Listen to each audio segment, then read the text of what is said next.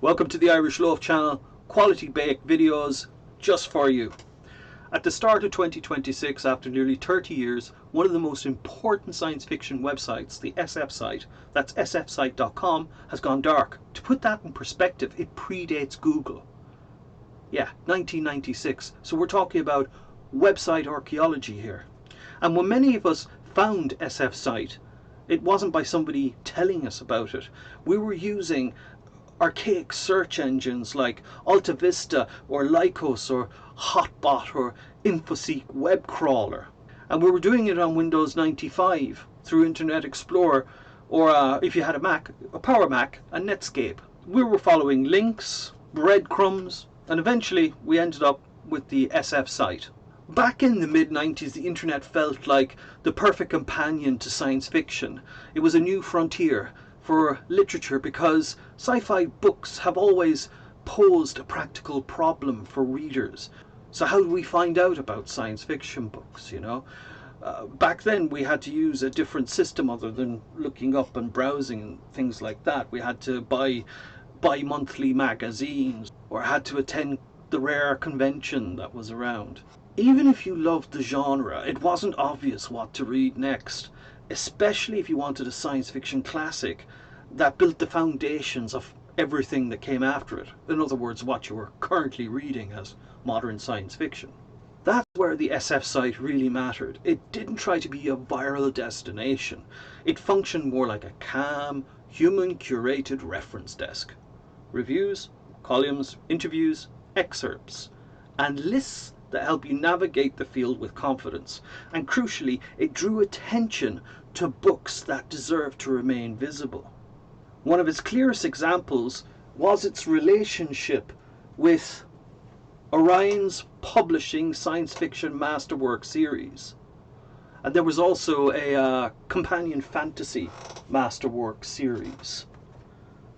For many readers, those lists became inseparable from science fiction site because the site reviewed the books, framed them, turned them into an accessible pathway through the genre.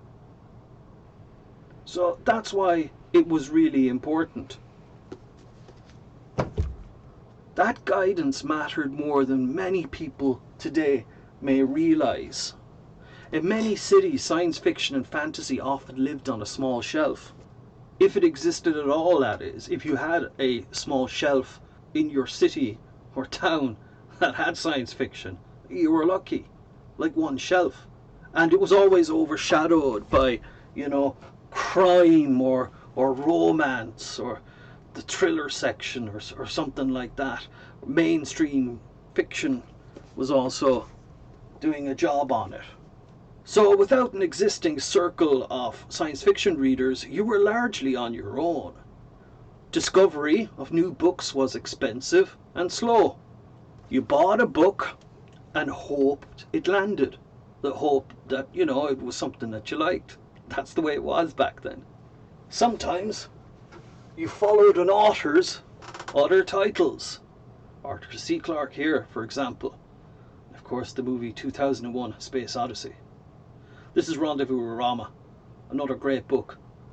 Sometimes you got a book because of a stray mention in the afterword, or a recommendation from a magazine you happened to find. I mean, the pathways to science fiction books were unpredictable. So when SF Site appeared, it reduced all that randomness. It helped readers spend their limited time and money on books with a higher chance of becoming lifelong favorites. It used to be a bi-monthly online magazine, but because of declining advertising support, it basically just slowed down to a trickle of blog activity. I think the last of that is in 2018, from what I understand.